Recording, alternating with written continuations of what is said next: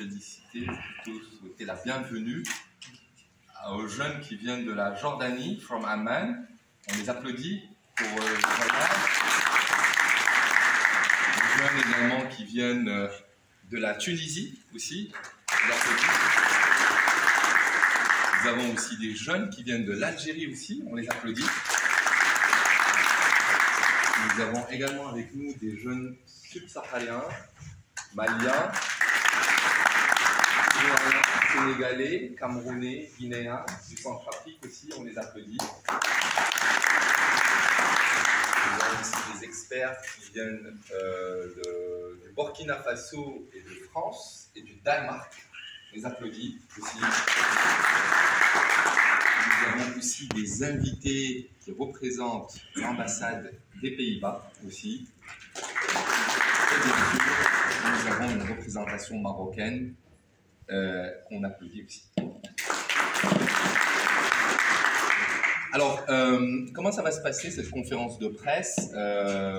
Déjà, j'aimerais remercier l'ensemble des représentants des médias nationaux et internationaux qui sont là parmi nos présents. J'aimerais aussi remercier les partenaires économiques, les partenaires publics et l'ensemble des acteurs de l'écosystème de l'organisation Tibu Maroc. J'aimerais que vous présentiez les fondamentaux de cette conférence de presse. En premier, je vais présenter les fondamentaux de Tibu. Donc, je vais rappeler les fondamentaux de Tibu. Qu'est-ce que fait Tibu chaque jour avec les communautés? Ensuite, on va diffuser quelques vidéos pour comprendre un peu les activités de Tibu. Après, on va annoncer le Global Sports Entrepreneurship Week et présenter toutes les activités. Plusieurs personnes vont venir ici, vont prendre la parole pour parler aussi comment nous travaillons en commun en faveur de l'intégration et de l'inclusion des jeunes en utilisant la voie de l'entrepreneuriat et la voie du sport.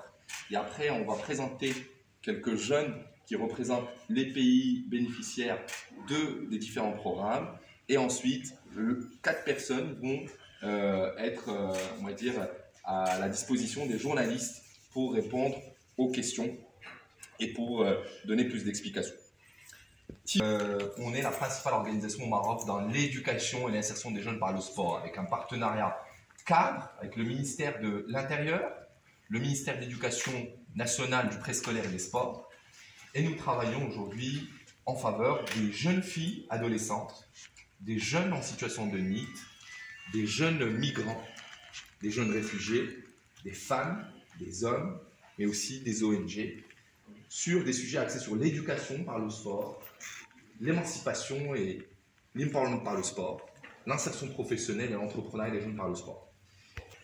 Dans des villes comme Agadir, Nisgan, Marrakech, Meknes, Bedaïa, Nador, Selma, Keda et autres, avec 103 collaborateurs qui travaillent chaque jour au profit de 250 jeunes qu'on rencontre chaque jour dans les terrains de basketball, dans les terrains de football, dans les classes de l'école de deuxième chance, mais également dans les quartiers et dans les zones rurales.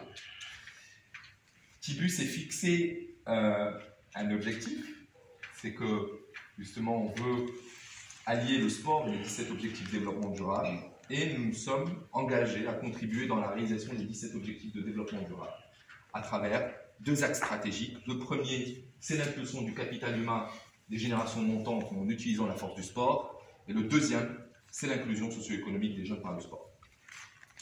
Tibu a une vision 2030, celle de devenir la locomotive du sport pour le développement en Afrique.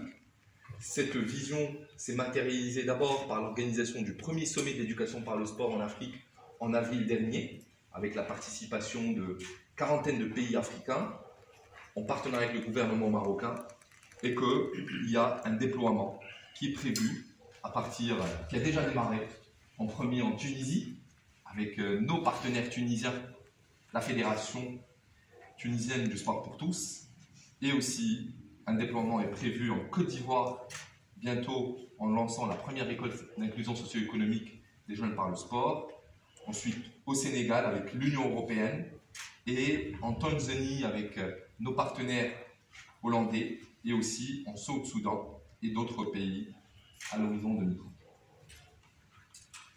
L'entrepreneuriat C'est quelque chose d'important, surtout en cette période de crise.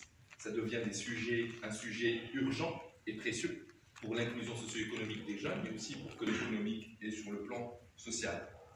Depuis quelques années, Tibiu a démarré plusieurs programmes axés sur aussi le Small Social Innovation Lab, et l'ensemble de ces programmes ont permis aux jeunes d'abord de développer un mindset entrepreneurial. Je m'explique. C'est qu'aujourd'hui, on ne veut pas que le sport soit juste une affaire de jouer le match de dimanche ou de taper un ballon. Avec le sport, on peut créer des startups. Avec le sport, on peut, d'une manière générale, d'avoir une voix, de s'exprimer, de libérer le potentiel, de développer des compétences, mais aussi pour se préparer à une insertion future. Le Global Sports Entrepreneurship, oui,